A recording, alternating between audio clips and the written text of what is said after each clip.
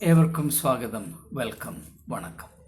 ഇന്ന് മർക്കോസിൻ്റെ സുവിശേഷം 5-ാം അധ്യായം 25 മുതൽ 34 വരെയുള്ള വാക്യങ്ങളിൽ രേഖപ്പെടുത്തിയിരിക്കുന്ന വളരെ പ്രത്യേകതയുള്ള ഒരു സംഭവത്തിൻ്റെ പൊരുൾ എന്താണ് എന്ന് ഒരുമിച്ച് അന്വേഷിക്കുക മാത്രമാണ് ലക്ഷ്യം.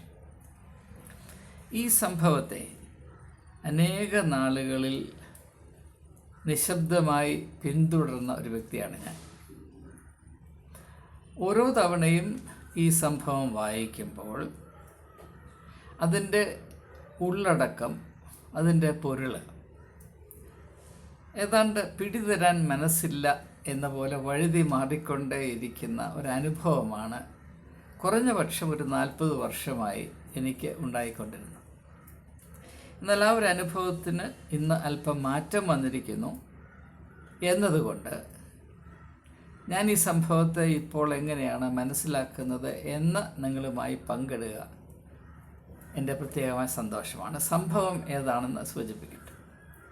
യേശു പുരുഷാരത്തോടുകൂടെ സഞ്ചരിച്ചു കൊണ്ടേയിരിക്കുമ്പോൾ വളരെ പീഡിപ്പിക്കപ്പെട്ട് അല്ലെങ്കിൽ അസ്വസ്ഥത അനുഭവിച്ച് കഴിഞ്ഞിരുന്ന ഒരു സ്ത്രീ 12 വർഷം രക്തസ്രാവം എന്ന് പറയുന്ന അവസ്ഥ കൊണ്ട് വലഞ്ഞ് പല വൈദ്യന്മാരുടെ സഹായം തേടിയിട്ടും അവൾക്ക് ആശ്വാസം ലഭിച്ചില്ല എന്ന് മാത്രമല്ല, അവളുടെ അവസ്ഥ കൂടുതൽ പ്രയാസമുള്ളതായി അല്ലെങ്കിൽ കൂടുതൽ വഷളായിക്കൊണ്ടേയിരുന്ന ഒരു സാഹചര്യത്തിൽ മറ്റൊരു പോംവഴിയുമില്ല എന്ന് മനസ്സിലാക്കി. ഇനി എന്തെങ്കിലും പ്രത്യാശ അവശേഷിക്കുന്നുവെങ്കിൽ അത് ഈ ഗലീലക്കാരനായ യേശുവിൽ കൂടെ മാത്രമേ ആകെയുള്ളൂ എന്ന ഉത്തമ ബോധ്യത്തിൽ, എന്നാൽ അതേസമയം തന്നെ തൻ്റെ അവസ്ഥയോ അതിൽ ഉൾപ്പെട്ടിരിക്കുന്ന ആവശ്യങ്ങളോ പൊതുവായി പ്രസ്താവിക്കുവാനോ മറ്റുള്ളവരുടെ മുമ്പിൽ അംഗീകരിക്കുവാനോ ഉള്ള ധൈര്യമോ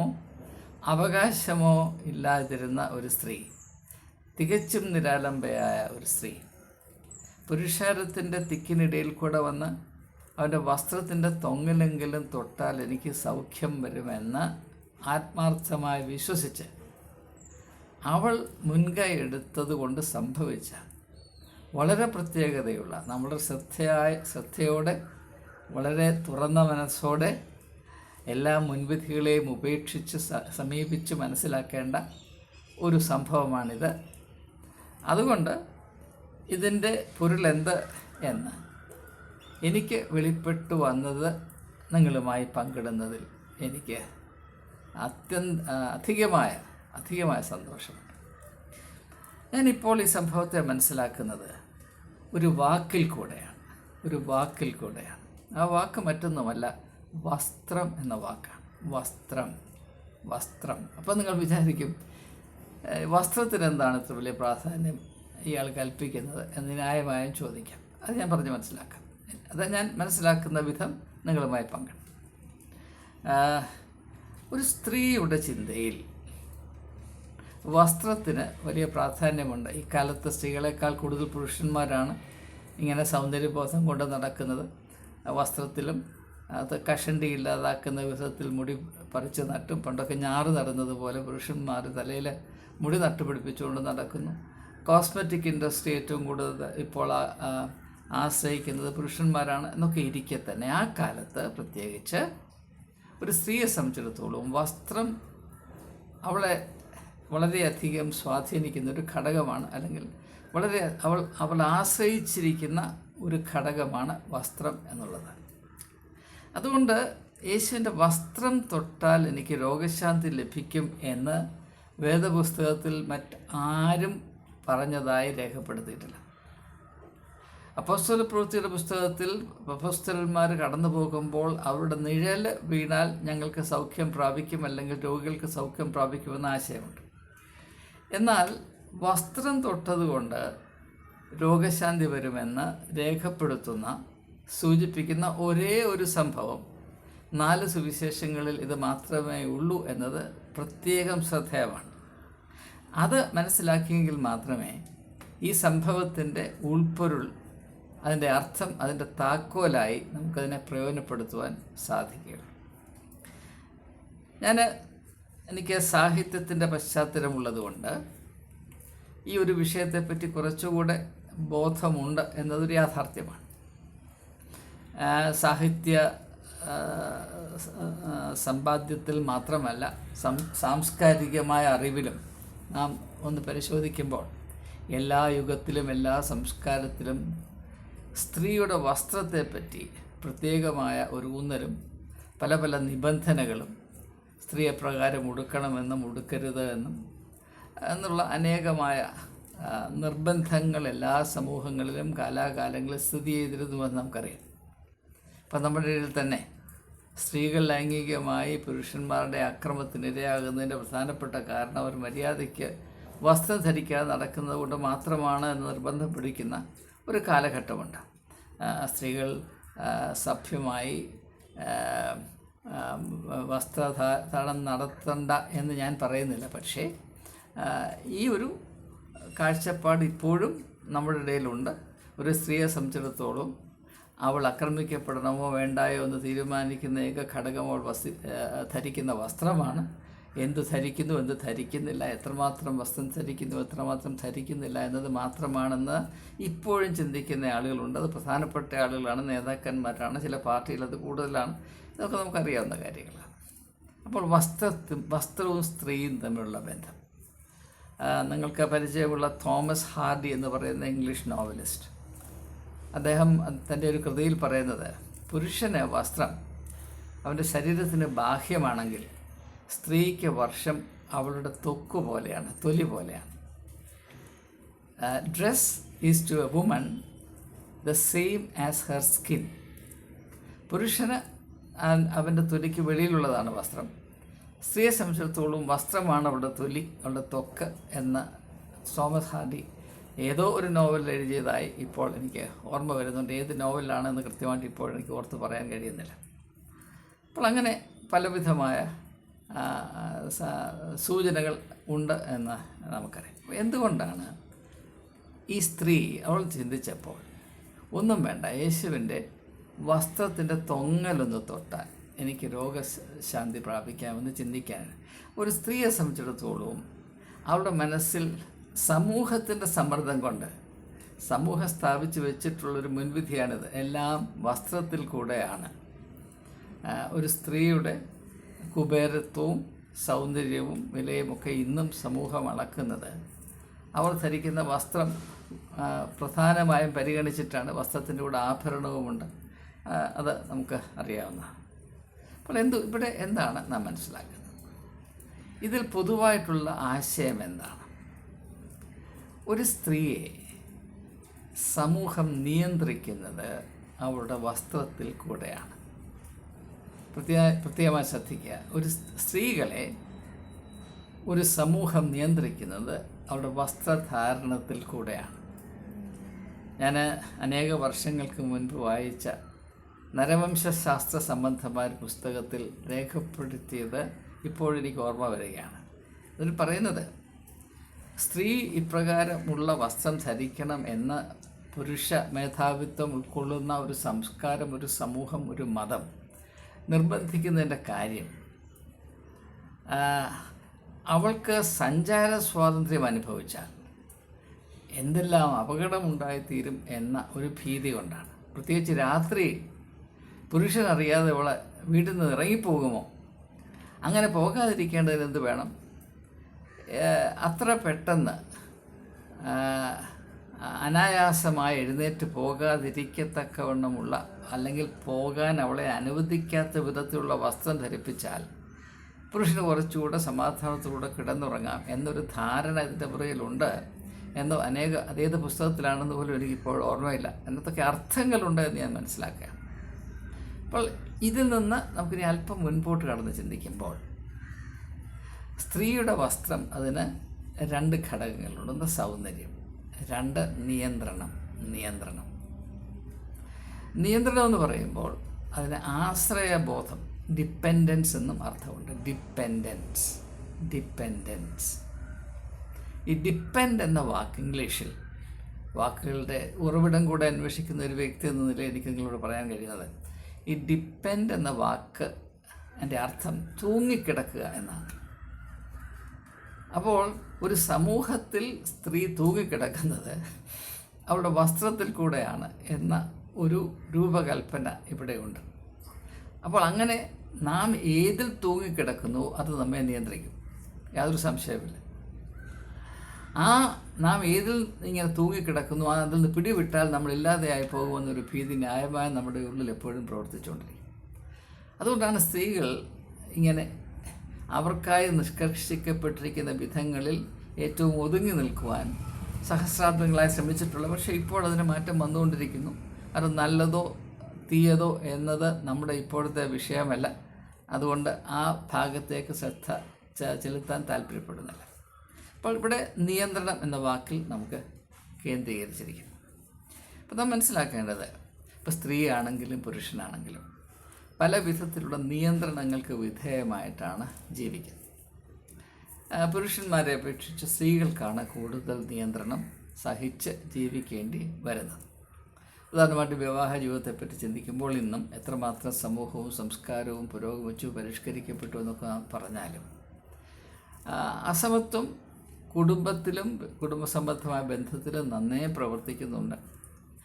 പുരുഷന് കുറെ കൂടെ സ്വാതന്ത്ര്യവും അവൻ്റെ ജീവിതത്തെ അവൻ ഇഷ്ടമാകുന്നത് പോലെ രൂപപ്പെടുത്തിയെടുക്കാനുള്ള സ്വാതന്ത്ര്യവുമുണ്ട്. സ്ത്രീ അത് സഹിച്ചുകൊണ്ട് ഭാര്യയായി കഴിഞ്ഞാൽ ഇത് സഹിച്ചുകൊണ്ട് അന്ത്യം വരെ നിൽക്കണം, അല്ലെങ്കിൽ ആത്മഹത്യ ചെയ്യണം എന്നുള്ള ഒരു, ആത്മഹത്യ ചെയ്യണമെന്നാലും പറയുന്നില്ല, അങ്ങനൊരു ഒരു ധാരണ പോലെയാണ് നമുക്ക് തോന്നുന്നത്. പുരുഷൻ ഇപ്പോൾ വിവാഹ സംബന്ധമായ പ്രശ്നം കൊണ്ട് ആത്മഹത്യ ചെയ്യുന്ന അനേക സ്ത്രീകളുടെ ദുരന്ത കഥകൾ ഈ കാലങ്ങളിൽ വെളിപ്പെട്ടു വന്നുകൊണ്ട്, എന്നാൽ വിവാഹത്തിൻ്റെ പ്രശ്നം കൊണ്ട് ആത്മഹത്യ എന്ന പുരുഷൻ്റെയും അനുഭവം ഈ അടുത്തിടെ നമ്മൾ കേട്ടിട്ടില്ല. അതുകൊണ്ട് വിവാഹ ജീവിതത്തിൽ പുരുഷന്മാർ ദുരിതം അനുഭവിക്കുന്നില്ല എന്നല്ല ഞാൻ പറയുന്നത്. നന്നേ ദുരിതം അനുഭവിച്ച് ജീവിക്കുന്ന അനേകായിരം പുരുഷന്മാരുമുണ്ട്. അത് മറ്റൊരു യാഥാർത്ഥ്യമാണ്, നമ്മുടെ ഇപ്പോഴത്തെ വിഷയമല്ല. അതുകൊണ്ട് ഞാൻ ആ ഭാഗത്തേക്ക് നോക്കുന്നില്ല. അപ്പോൾ നാം മനസ്സിലാക്കേണ്ട നിയന്ത്രണം നമ്മെ, ഇപ്പോൾ ഇനിയും സ്ത്രീ ആണെങ്കിലും പുരുഷനാണെങ്കിലും സമൂഹം നിയന്ത്രിക്കുന്നത് ഇപ്രകാരമുള്ള ചെറിയ ചെറിയ ഘടകങ്ങൾ ഉപയോഗിച്ചിട്ടാണ്. വാസ്തവത്തിൽ വസ്ത്രം എന്നത് സാംസ്കാരികമായ ഒരു അധികപ്പറ്റാണ്. ഇപ്പം ദൈവം മനുഷ്യനെ സൃഷ്ടിച്ചപ്പോൾ സാരി ഉടുപ്പിച്ചോ പാൻ്റ് ഇടിപ്പിച്ചോ അല്ല. സ്ത്രീയും പുരുഷനും നഗ്നനായിരുന്നു എന്ന് വേദപുസ്തകം പറയുന്നുണ്ട്. മനുഷ്യൻ അധപ്പതിച്ച ശേഷമാണ് ഈ നഗ്നത എന്ന ആശയം പിറന്നു വീഴുന്നത് തന്നെ. ആ നഗ്നത എന്ന ആശയത്തിലാണ് വസ്ത്രം ഊന്നി നിൽക്കുന്നത്. ഇതൊക്കെ നമുക്ക് അറിയാവുന്നതാണ്. അപ്പോൾ മനുഷ്യൻ അവൻ വസിക്കുന്ന സമൂഹത്തിൽ, അവൻ ഉൾപ്പെട്ടിരിക്കുന്ന മതത്തിൽ, അവൻ പിറന്നു വീണ ജനിച്ച് വളർന്ന് ഭവനത്തിൽ എപ്പോഴും നിയന്ത്രിക്കപ്പെട്ടുകൊണ്ടേയിരിക്കുന്നു. അതിൽ കൂടുതൽ നിയന്ത്രണം സ്ത്രീയുടെ മേലിലാണ്, പുരുഷൻ്റെ മേലും നിയന്ത്രണം കൊണ്ടില്ല എന്ന് പറയാൻ സാധ്യമല്ല.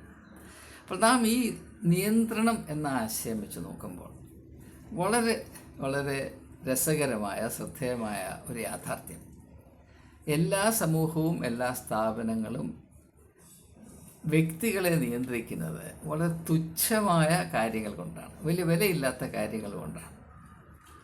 അല്ലാതെ ആത്യന്തികമായ നിലനിൽപ്പുള്ള പരിഗണനകൾ കൊണ്ടല്ല മനുഷ്യനെ ഇങ്ങനെ കെട്ടിയിട്ടിരിക്കുന്നത്. മനുഷ്യൻ്റെ ഇഹലോക ദുരിതം, അതിൻ്റെ നാനാമുഖമായ അവസ്ഥകൾ നാം പരിഗണിക്കുമ്പോൾ നമ്മെ അത്ഭുതപ്പെടുത്തേണ്ട ഒരു യാഥാർത്ഥ്യം, മനുഷ്യനെ ഇങ്ങനെ ദുരിതത്തിൻ്റെ അവസ്ഥയിലാക്കി വച്ചിരിക്കുന്ന ഘടകങ്ങൾ തികച്ചും നിസ്സാരമാണ്, ഉപരിപ്ലവമാണ്, ബാഹ്യമാണ്. മനുഷ്യൻ്റെ ഉള്ളിൽ കടന്ന് അവനെ നിയന്ത്രിക്കാൻ ദൈവം ആർക്കും അവകാശം കൊടുത്തിട്ടുള്ള അതിനുള്ള കഴിവോ സ്വാധീനമോ ആർക്കുമില്ല. ഓരോ വ്യക്തിയുടെയും ഉള്ള സംരക്ഷിക്കപ്പെടുന്ന ദൈവത്തിൻ്റെ ആലയം തന്നെയാണ്. അവിടെ കയറി ചണ്ട കൊട്ടാനോ മേളി കളിക്കാനോ ഒന്നും മനുഷ്യർക്ക് അനുവാദമില്ല. അതുകൊണ്ട് മനുഷ്യനെ നിയന്ത്രിക്കുന്ന മനുഷ്യനിർമ്മിതമായ സംവിധാനങ്ങളും സ്ഥാപനങ്ങളും ഒക്കെ മനുഷ്യനെ നിയന്ത്രിക്കുന്നത് ഈ തുച്ഛമായ ബാഹ്യമായ കാര്യങ്ങൾ കൊണ്ടാണ്. ഒന്ന് രണ്ട് ഉദാഹരണങ്ങൾ പരിഗണിക്കുമ്പോൾ നമുക്കിത് മനസ്സിലാകും. എൻ്റെ അറിവിൽ അനേകം ആളുകൾ അവരുടെ ജോലി സ്ഥലത്ത് അടിമകളായിട്ടാണ് സ്ഥിതി ചെയ്യുന്നത്. കാരണം മറ്റൊന്നുമല്ല, അവരുടെ വ്യക്തിത്വം, അവരുടെ സത്യസന്ധത, അവരുടെ ആത്മാഭിമാനം, അവരുടെ ആശയങ്ങൾ, ആദർശങ്ങൾ അതുപോലെ സ്വതന്ത്രമായി അവതരിപ്പിച്ചാൽ ബോസിന്, മേലുദ്യോഗസ്ഥന് ദേഷ്യം വരും. അങ്ങനെ വന്നാൽ പ്രൊമോഷൻ കിട്ടത്തില്ല, അല്ലെങ്കിൽ അവഗണന അനുഭവിക്കേണ്ടി വരും, അതുകൊണ്ട് നഷ്ടം വരും. അതുകൊണ്ട് മേലുദ്യോഗസ്ഥനെ, ബോസിനെ എങ്ങനെയും പ്രീതിപ്പെടുത്തി നിർത്തുന്നതാണ് മിടുക്ക്, അതാണ് നന്മ, അതിലാണ് ലാഭം എന്ന് വിചാരിച്ച് അടിവുകളെ പോലെ ജോലി സ്ഥലത്ത് കഴിയുന്നവരാണ് ബഹുഭൂരിപക്ഷം ആളുകളും. അല്ലാതെ നിങ്ങൾക്ക് ഒരു പക്ഷമുണ്ടോ? ഞാൻ കണ്ടിട്ടുള്ള ആളുകളിൽ അനേകായിരങ്ങളെ കണ്ടിട്ടുണ്ട്. അതിൽ കുറഞ്ഞത് 95% ഞാനിപ്പോൾ സൂചിപ്പിച്ച തസ്തികയിലുള്ളവരാണ്. അത് ജീവിതത്തിൻ്റെ സായാഹ്നത്തിൽ നിന്ന് തിരിഞ്ഞു നോക്കുമ്പോൾ നമുക്കറിയാം, അന്ന് അനുഭവിച്ച ഈ ആവലാതികളും അന്ന് വെച്ചു പുലർത്തിയ താല്പര്യങ്ങളും സങ്കല്പങ്ങളും തികച്ചും തുച്ഛമായിരുന്നു. അതിൽ ഒരു വിലയുമില്ലായിരുന്നു. അതിനേക്കാളൊക്കെ എത്രയോ അഭികാമ്യമായിരുന്നേനെ എൻ്റെ വ്യക്തിത്വത്തിൻ്റെ വില, മാഹാത്മ്യം, എൻ്റെ മനസാക്ഷിയുടെ അഖണ്ഡത. അതിനെ മാനിച്ച് എൻ്റെ വ്യക്തിത്വത്തെ അതിൻ്റേതായ വിലയിൽ മാനിക്കപ്പെടുകയും പ്രകടിപ്പിക്കപ്പെടുകയും ചെയ്യുന്ന വിധത്തിൽ എൻ്റെ ജോലിസ്ഥലത്ത് ഒരു നിലപാടെടുക്കുവാൻ, ഒരു അസ്തിത്വം സ്ഥാപിക്കാൻ എനിക്ക് കഴിഞ്ഞിരുന്നുവെങ്കിൽ ഇതിനേക്കാളൊക്കെ എത്രയോ നല്ലതായിരുന്നു എന്ന് തിരിച്ചറിഞ്ഞ് വരുമ്പോഴത്തേക്ക് സമയം വൈകിയിരിക്കും, റിട്ടയർ ചെയ്ത് കഴിഞ്ഞിരിക്കും. അപ്പോൾ മനസ്സിലാകും, തുച്ഛമായ കാര്യം കൊണ്ടാണ് എന്നെ നിയന്ത്രിച്ചത്, വെറിയ തൊട്ടാൽ പൊട്ടുന്ന നൂല് കൊണ്ടാണ് എന്നെ അവിടെ കെട്ടിയിട്ടിരുന്നത് എന്ന് അപ്പോൾ മനസ്സിലാക്കാൻ സാധിക്കും. വേണ്ട, നമുക്ക് രാഷ്ട്രീയത്തിലേക്ക് നോക്കുമ്പോൾ, ഞാൻ ഡൽഹിയിൽ ഒരു 13 വർഷം ministry to Christians in parliament എന്നൊരു മിനിസ്ട്രി നടത്തിയിരുന്നു. അത് മറ്റൊന്നുമല്ല, മെമ്പേഴ്സ് ഓഫ് പാർലമെൻറ്റ്, രാഷ്ട്രീയ നേതാക്കന്മാരെ അവരെ ആത്മീയമായ സ്വാധീനം ചെലുത്താൻ ഒക്കുമോ? അതുകൊണ്ട് സൽഭരണം, അതായത് പാവപ്പെട്ട ആളുകൾക്ക് നീതിയും സഹായവും സമത്വവും സ്വാതന്ത്ര്യവും ലഭിക്കത്തക്ക വിധത്തിലുള്ളൊരു ഭരണ സംസ്കാരം ഭാരതത്തിൽ സൃഷ്ടിക്കുവാൻ നമുക്ക് ഏതെങ്കിലും വിധത്തിൽ സ്വാധീനം ചെലുത്താൻ കഴിയുമോ എന്ന അന്വേഷണത്തിൻ്റെ ഫലമായി മാത്രം ആവിഷ്കരിക്കപ്പെട്ടൊരു മിനിസ്ട്രി ആയിരുന്നു ministry to Christians in parliament. അതിൽ ഭാഗ്യവശാൽ അനേക മെമ്പേഴ്സ് ഓഫ് പാർലമെൻറ്റ്, അനേക ക്യാബിനറ്റ് മിനിസ്റ്റേഴ്സൊക്കെ പങ്കെടുത്തിട്ടുണ്ട്. എൻ്റെ വിശദാംശങ്ങളിലേക്ക് ഞാൻ പോകുന്നില്ല. അപ്പോൾ ഈ രാഷ്ട്രീയക്കാരുമായിട്ട് എനിക്ക് ദീർഘകാലം നല്ല അടുപ്പമുണ്ടായിരുന്നു. അവരോട് അനേക ആശയങ്ങൾ ഞാൻ പങ്കിട്ടിട്ടുണ്ട്. പക്ഷേ ഇതൊക്കെ വളരെ ശ്രദ്ധാപൂർവം ബഹുമാന പുരസ്സരം കേട്ടിട്ട് അവസാനം അവരോട് പറഞ്ഞിട്ടുള്ളത്, സാറ് പറയുന്നതൊക്കെ ഞങ്ങൾ സ്വീകരിക്കുന്നു, പക്ഷേ ഇതെല്ലാം കേട്ട് ഞങ്ങൾ അങ്ങോട്ട് ചെല്ലുമ്പോൾ പാർട്ടിയുടെ വിപ്പ് അനുസരിച്ച് മാത്രമേ ഞങ്ങൾക്ക് ഒരു നിലപാടെടുക്കാനോ വോട്ടിടാനോ സാധിക്കുകയുള്ളൂ. ഇതൊക്കെ ശരിയാണ്, പക്ഷേ ഇത് പ്രയോജനപ്പെടുത്താൻ ഞങ്ങൾക്ക് സ്വാതന്ത്ര്യമില്ല എന്ന് എന്നോട് പറയാത്ത ഒരു മെമ്പർ ഓഫ് പാർലമെൻറ്റും ഇല്ല. ഇതാണ് എൻ്റെ യാഥാർത്ഥ്യം. അവരും ഇതൊക്കെ കഴിഞ്ഞ് മാറി നിന്ന് ചിന്തിക്കുമ്പോൾ മനസ്സിലാകും, ആരുടെ അതൃപ്തി ഭയന്നാണ് ഞാൻ എന്നെ തന്നെ അടിമയാക്കി നിർത്തിയത്. ജീവിതത്തിൽ ഒരിക്കൽ പോലും എൻ്റെ മനസാക്ഷിക്കനുസരിച്ചോ എൻ്റെ ആദർശങ്ങൾക്കനുസരിച്ചോ ഒരു വാക്ക് പോലും പറയാനുള്ള സ്വാതന്ത്ര്യമില്ലാതെ വളരെ ഗ്ലോറിഫൈഡ് ആയിട്ടുള്ളൊരു അടിമയെപ്പോലെ ഞാൻ നിൽക്കേണ്ടി വന്നത് എന്തിനാണ്? അതുകൊണ്ട് ഞാൻ എന്ത് പ്രാപിച്ചു? അതിനെന്തെങ്കിലും വിലയുണ്ടോ എന്ന് ചിന്തിക്കാൻ തുടങ്ങുന്നൊരു നാൾ ഉണ്ട്. അപ്പോൾ മനസ്സിലാകും തികച്ചും തുച്ഛമായ കാര്യം കൊണ്ടാണ്, നേരിയ ചരട് കൊണ്ടാണ് കെട്ടിയിടപ്പെട്ടവനായി ബദ്ധിതനായി ഞാൻ കഴിഞ്ഞത് എന്ന് അപ്പോൾ മനസ്സിലാകും. ഇനി മറ്റൊരുദാഹരണം പറഞ്ഞാൽ, ഈ അടുത്ത കാലത്ത് കഴിഞ്ഞ 8, 9, 10 വർഷങ്ങളായി കേരളത്തിൽ ഞാൻ എൻ്റെ സഹവിശ്വാസികളായ ക്രിസ്തീയ സഹോദരന്മാരോട് സംസാരിക്കവേ അല്ലെങ്കിൽ അവരുടെ രോദനം കേൾക്കവേ അവരെല്ലാവരും സഭകളായിരിക്കുന്ന അവസ്ഥയെപ്പറ്റി ഭീമമായ ഭീതിയും അതൃപ്തിയും ധർമ്മരോഷവും പ്രകടിപ്പിക്കവേ ഞാൻ അവരോട് ചോദിച്ചിട്ടുണ്ട്, മിക്കവാറും എല്ലാവരോടും ചോദിച്ചിട്ടുണ്ട്, നിങ്ങളുടെ ഈ അതൃപ്തിയും അങ്കലാപ്പും നിങ്ങൾ ഉൾപ്പെട്ടിരിക്കുന്ന സഭയുടെ മേൽനോട്ടം വഹിക്കുന്ന ആളുകളെ അറിയിച്ചിട്ടുണ്ടോ? അയ്യോ എന്ന് പറയും. കാരണം എന്താണ്? അങ്ങനെ ഞങ്ങളുടെ യഥാർത്ഥത്തിലുള്ള ആത്മീയമായ ഈ അരിഷ്ടത, ഈ വിമിഷ്ടം, ഈ വേദന അറിയിച്ചാൽ ഞങ്ങൾക്ക് കാര്യമായ തട്ടുകേട് കിട്ടും. അപ്പം ഞാൻ ചോദിക്കുന്നത്, എന്താണ് ഈ തട്ടുകേട്? ഇപ്പം 3 തട്ടുകേടാണ് എല്ലാവരും പറയുന്നത്. 1, സ്നാനം. കുഞ്ഞുങ്ങളുണ്ടായ സ്നാനം കഴിപ്പിക്കാനൊക്കത്തില്ല. 2, വിവാഹം. മക്കളുടെ വിവാഹം നടത്താൻ ചെല്ലുമ്പോൾ അപ്പ അച്ഛനും മെത്രാനും തനിനിറം കാണിക്കും. 3, ശവം. ശവത്തോടാണ് ഏറ്റവും കൂടുതൽ പൊരുതുന്നത്, നമുക്കറിയാം. അപ്പോൾ ഈ ചെറിയ ആനുകൂല്യത്തിന് വേണ്ടി അവിടെ കടിച്ചു തൂങ്ങിക്കിടന്ന് സ്വന്തം വ്യക്തിത്വത്തിനോടോ മനസാക്ഷിയോടോ ദൈവത്തോടുള്ള കടപ്പാടിനോടോ ഒരു വിധത്തിലും നീതി പാലിക്കാൻ കഴിയാത്ത വിധത്തിൽ മനുഷ്യൻ കഴിയുന്ന അവസ്ഥ, അതിൻ്റെ പേരെന്താണ്? അപ്പോൾ നിയന്ത്രണം, മനുഷ്യൻ രാഷ്ട്രീയത്തിലാണെങ്കിലും ഉദ്യോഗത്തിൻ്റെ മേഖലയിലാണെങ്കിലും മതത്തിലാണെങ്കിലും നിയന്ത്രിക്കപ്പെട്ട് പല ചരട് കൊണ്ട് കയറുകൊണ്ട് കെട്ടി ഭരിച്ച് മുറുക്കി കെട്ടിവെച്ചിരിക്കുകയാണ്. പക്ഷേ ഇത് നമ്മളെ കെട്ടിവെച്ചിരിക്കുന്ന കയറെന്ന് പരിശോധിച്ചാൽ അത് തുച്ഛമാണ്. ഈ സ്ത്രീ, ഇത് നാം മനസ്സിലാക്കിയെങ്കിൽ നമുക്ക് ഈ സ്ത്രീയുടെ അനുഭവത്തിലേക്ക് മടങ്ങി വരാം.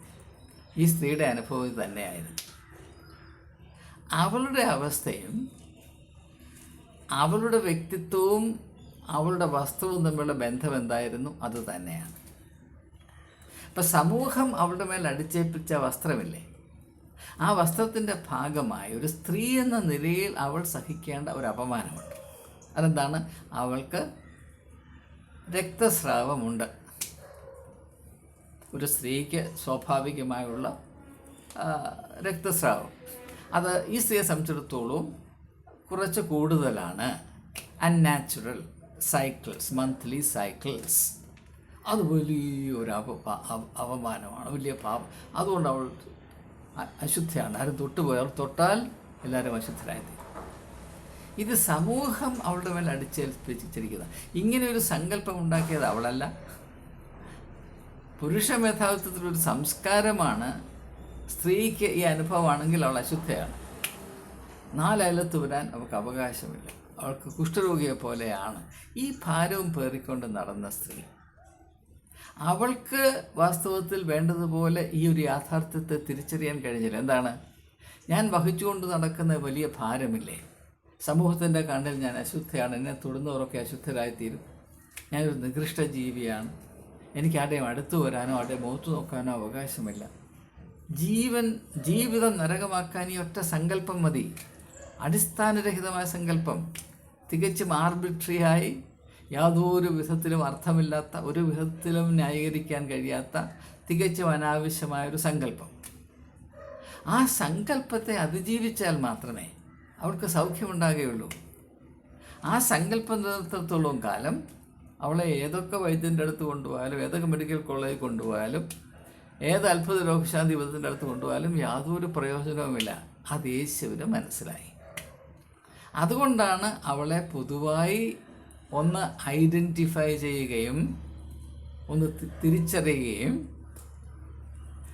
അവളുടെ വില വസ്ത്രത്തിന് അവളുടെ രക്തസ്രാവത്തിന് അതീതമാണ് എന്ന് യേശു പരസ്യമായി പ്രഖ്യാപിക്കുകയും ചെയ്യുന്ന സാധാരണ സൗഖ്യദായക ശുശ്രൂഷയല്ല ഇത് വിടുതലിൻ്റെ സൗഖ്യദായക ശുശ്രൂഷയാണ്.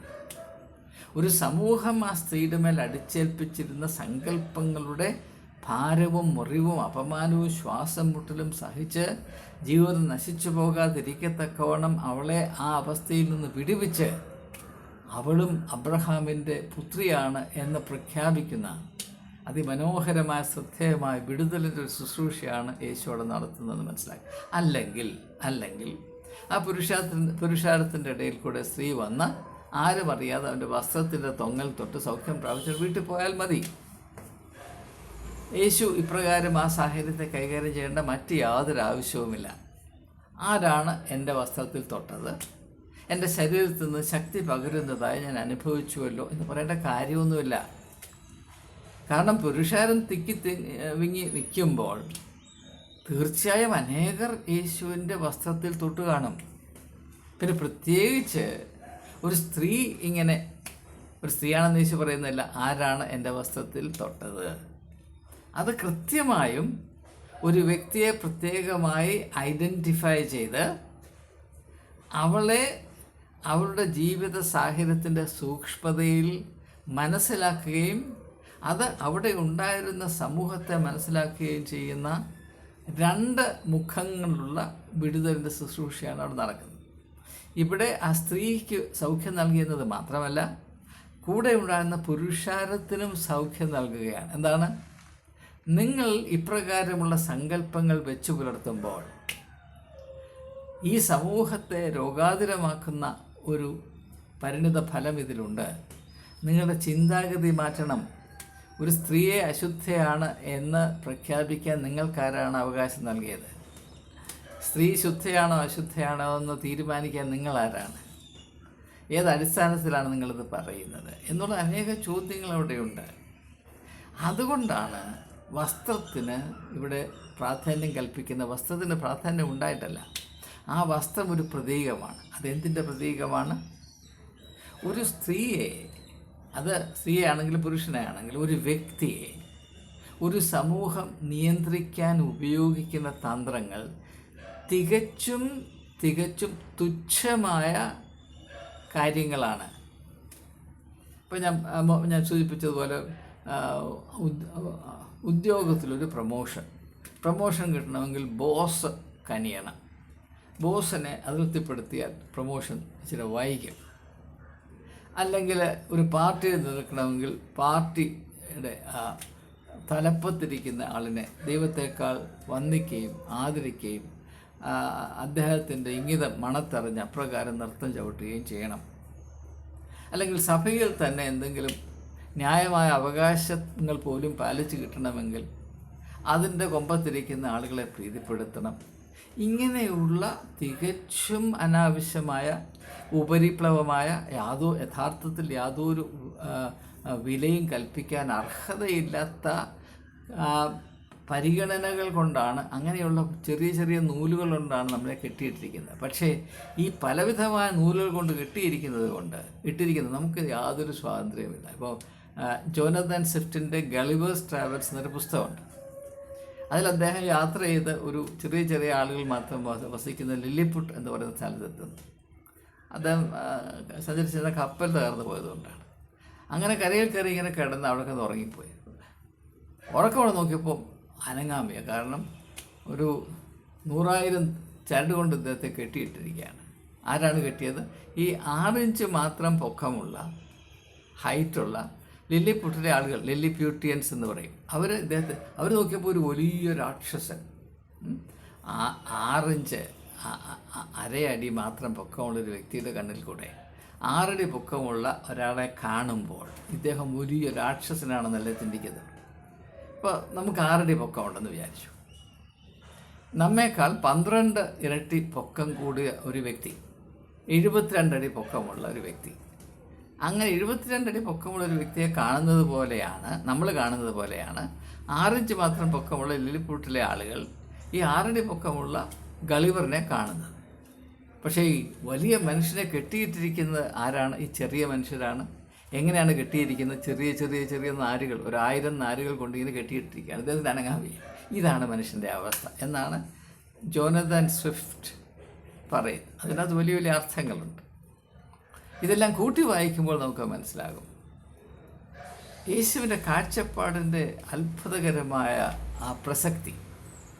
നമ്മുടെ ഓരോരുത്തരുടെയും അനുഭവത്തോട് ബന്ധപ്പെടുത്തി നാം ഇതിനെ ചിന്തിച്ചാൽ തുച്ഛമായ കാര്യങ്ങൾ കൊണ്ട് ബന്ധിക്കപ്പെട്ട അവസ്ഥയിലാണ് നാം. ഒരിക്കലും സ്വന്തം മനസാക്ഷി അനുസരിച്ച് ചിന്തിക്കുവാനോ പ്രതികരിക്കുവാനോ, നമ്മുടെ ഉള്ളിൻ്റെ ഉള്ളിൽ സ്ഥിതി ചെയ്യുന്ന സത്യത്തെ വെളിപ്പെടുത്തുവാനോ, നമ്മുടെ ഹൃദയത്തിൻ്റെ സംഗീതം ആലപിക്കുവാനോ, ദൈവം തന്ന സ്വാതന്ത്ര്യത്തെ വേണ്ടതുപോലെ പ്രയോജനപ്പെടുത്തുവാനോ, നമ്മുടെ സാധ്യതകളോട് പോലും നീതി പാലിപ്പാനോ, മനുഷ്യ അന്തസ്സിനെ ബഹുമാനിപ്പാനോ നമുക്ക് കഴിയുന്നില്ല. നാം ബന്ധിക്കപ്പെട്ട അവസ്ഥയിലാണ്. ഈ സ്ത്രീയെപ്പോലെ തന്നെ ഉള്ളിൽ രക്തം വാർന്നുകൊണ്ടാണ് നമ്മളിൽ അനേകം ആളുകളും കഴിയുന്നത്. നിലയ്ക്കാത്ത രക്തസ്രാവം ഉള്ളിൽ വഹിച്ചുകൊണ്ടാണ് സ്ത്രീയും പുരുഷനും ഈ സമൂഹത്തിലും ഈ സംവിധാനങ്ങളിലും പ്രവർത്തിക്കുന്നത് എന്നത് ഈ സ്വാതന്ത്ര്യത്തെ അങ്ങ് ഉച്ചകോടിയിൽ കൊണ്ടുവച്ചിരിക്കുന്ന യുഗത്തിലെ ആളുകൾ മനസ്സിലാക്കണം. ആ ഒരു വലിയ തിരിച്ചറിവ് സംഭവത്തിൽ ഉൾപ്പെട്ടിട്ടുണ്ട്. അതിൻ്റെ ചിറകടി കേൾക്കാൻ എനിക്ക് കഴിയുന്നുണ്ട്. അതുകൊണ്ടാണ് ഞാൻ പറയുന്നത് ഇത് അതിമനോഹരമായ ഒരു സംഭവമാണ്. ഇതിൻ്റെ അർത്ഥം വേണ്ടതുപോലെ മനസ്സിലാക്കാൻ അനേക ദശകങ്ങൾ അന്വേഷിക്കേണ്ടി വന്നു എന്നതൊരു യാഥാർത്ഥ്യമാണ്. എങ്കിലും ഈ വൈകിയ വേളയിലെങ്കിലും ഇത് സംബന്ധമായ തിരിച്ചറിവുകൾ എന്നെ തേടി വന്നു എന്ന് ഓർത്ത് ഞാൻ എന്നെ തന്നെ വിനയപ്പെടുത്തുന്നു. ഇത് ഏവരുമായി പങ്കിടുവാൻ സാധിച്ചതിൽ ഞാൻ ദൈവത്തെ സ്തുതിക്കുന്നു.